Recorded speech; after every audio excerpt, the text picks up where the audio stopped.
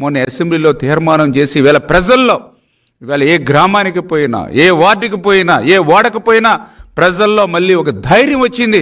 Yes, నా తాత ముత్తాతల ఆస్తి నా పక్షాన ఉంది, నా డాక్యుమెంట్స్ నా పక్షాన ఉన్నాయి, నా పాస్బుక్లు నా పక్షాన ఉన్నాయి, నా 10 అడంగులు నా పక్షాన ఉన్నాయి అని ఈవేళ ప్రతి ఒక్కరూ కూడా ఈవేళ ధైర్యంగా ఉన్నారు. నీ ల్యాండ్ టైటిలింగ్ యాక్ట్ రద్దు చేయడం ద్వారా దాన్ని చూసి నువ్వు ఓర్వలేక ఈరోజు ఇటువంటి అసత్యమైనటువంటి ప్రచారానికి ఏదైతే అన్నా క్యాంటీన్లు ఆ రోజు 5 రూపాయలకే అల్పాహారం, 5 రూపాయలకే మధ్యాహ్న భోజనం, 5 రూపాయలకే సాయంత్రం భోజనం, 15 రూపాయలు పెడితే పేదవాడు రోజంతా కూడా కడుపు నిండేటువంటి విధంగా పట్టెడు అన్నం పెట్టేటువంటి అన్నా క్యాంటీన్లు నిర్దాక్షిణ్యంగా రద్దు చేస్తే మళ్ళీ రేపు ఆగస్టు 15వ తేదీ నుంచి ఆంధ్రప్రదేశ్ రాష్ట్ర వ్యాప్తంగా ఏదైతే అన్నా క్యాంటీన్ని ప్రారంభిస్తున్నామో దాన్ని చూసి నువ్వు ఓర్వలేక ఇటువంటి మరి అసత్యమైనటువంటి ప్రచారానికి ఈవేళ తెరదీస్తున్నటువంటి పరిస్థితి ఈవేళ ఈ ఆంధ్రప్రదేశ్ రాష్ట్రంలో మా అందరికీ కూడా కనిపిస్తున్నటువంటి పరిస్థితి. అంటే నీ 5 సంవత్సరాల్లో గట్టిగా మాకు ఏదైనా ఆనందం వచ్చినా నవ్వుకునేటువంటి పరిస్థితి లేదు, మాకు ఏదైనా బాధ అనిపించి కనీసం కన్నీళ్లు పెట్టుకుందామన్నా కూడా అటువంటి హక్కు కూడా 5 సంవత్సరాల్లో నీ పాలనలో మేము కోల్పోయినటువంటి పరిస్థితి. ఇప్పుడిప్పుడే ప్రజలందరూ కూడా రాష్ట్రంలో కొంత పాజిటివ్ దృక్పథంతో ఆనందంగా సంతోషంగా ఒక్కొక్క అడుగు ముందుకెయ్యాలని ఈవేళ ప్రజలు ముందుకెళ్తూ ఉంటే మరి ఈవేళ నువ్వు దాన్ని కూడా అడ్డుకునేటువంటి విధంగా ఈ ఆంధ్రప్రదేశ్ రాష్ట్రానికి ఏదైతే పరిశ్రమలు పారిశ్రామికవేత్తలు తీసుకొచ్చి మళ్ళీ ఒక విద్య ఉద్యోగ ఉపాధి అవకాశాలు కల్పించాలనేటువంటి ఆలోచనతో ఈవేళ చంద్రబాబు నాయుడు గారు, పవన్ కళ్యాణ్ గారు పనిచేస్తూ ఉంటే ఆ పెట్టుబడులు రాకూడదు, ఆ పారిశ్రామికవేత్తలు రాకూడదు, ఆంధ్రప్రదేశ్ రాష్ట్రం అంటే నీ 5 సంవత్సరాల పాలనలో ఏ రకంగా అయితే భయభ్రాంతులకు గురి చేసావో అటువంటిదే మళ్ళీ ఈసారి పాలనలో కూడా కంటిన్యూ కావాలనేటువంటి ఆలోచనతో నీ అవినీతి పత్రిక, నీ కరపత్రికలను అడ్డం పెట్టుకుని ఈవేళ అటువంటి విష ప్రచారానికి ఈవేళ ఆంధ్రప్రదేశ్ రాష్ట్రంలో ఏదైతే పాల్పడుతూ ఉన్నావో ప్రజలందరూ కూడా దీన్ని కూడా సీరియస్గానే తీసుకున్నారంటే విషయాన్ని కూడా ఈ సందర్భంగా తెలియజేసుకుంటూ లా అండ్ ఆర్డర్ని మెయింటెనెన్స్ చేసేటువంటి ప్రభుత్వం తెలుగుదేశం ప్రభుత్వం. ఈరోజు మేము చెప్పడం కాదు, చరిత్ర చెప్తుంది. ఏదైతే ఆ రోజు మీరు చూసుకోండి, ఆ రోజు హైదరాబాదులో మనందరం కూడా చూసేవాళ్ళం. ఒక వినాయక చవితి వస్తే 100లాది మంది చనిపోయేవారు. మరి నెలల తరబడి, వారాల తరబడి కర్ఫ్యూ ఉండేది హైదరాబాదులో.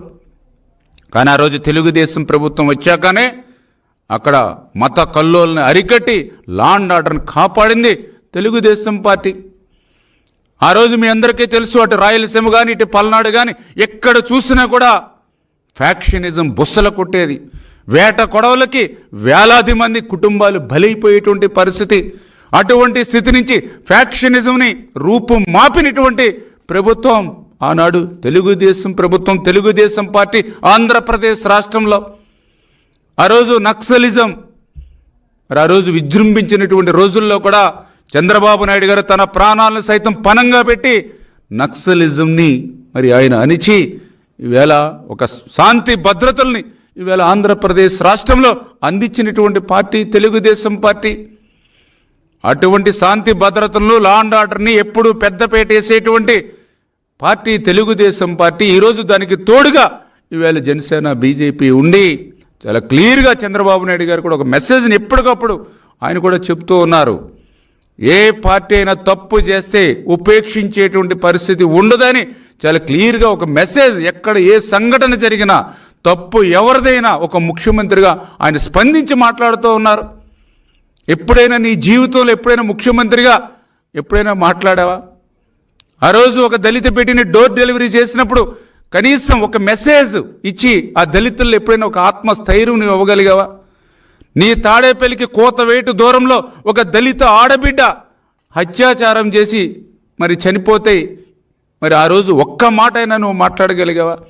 చేత నీ ప్రభుత్వానికి మా ప్రభుత్వానికి నక్కకి నాగలోకానికి ఉన్నటువంటి తేడా అంచేత ఎప్పటికైనా వాస్తవాలని గుర్తుపెట్టుకుని, ఎందుకంటే ఆ రోజు ఏదైతే పదే చెప్పేవాళ్ళు వై నాట్ 175, వై నాట్ 175 అంటే దురాశ దుఃఖానికి చేయటం అన్నటువంటి విధంగా ఆ రోజు నువ్వు వై నాట్ 175 అంటే నువ్వు ముఖ్యమంత్రిగానే కాదు ప్రతిపక్షానికి కూడా పనిచేయవని చెప్పి ప్రజలు నీకు తీర్పిస్తే ఈవేళ నీ విచిత్ర మనస్తత్వంతో ప్రజా తీర్పును కూడా గౌరవించకుండా నాకు హోదా ఇవ్వండి అని చెప్పి కోర్టు మెట్లెక్కేటువంటి నీ దుస్థితి ఏదైతే ఈవేళ భద్రత, మరి ఈవేళ ప్రజలు నిన్ను ఒక ఎమ్మెల్యే స్థాయికి నిన్ను పరిమితం చేస్తే ఈవేళ అయినా నీకు Z+ కేటగిరీ ఒక మాజీ ముఖ్యమంత్రికి ఈ ప్రభుత్వం కల్పిస్తే అది కూడా నాకు సరిపోదు.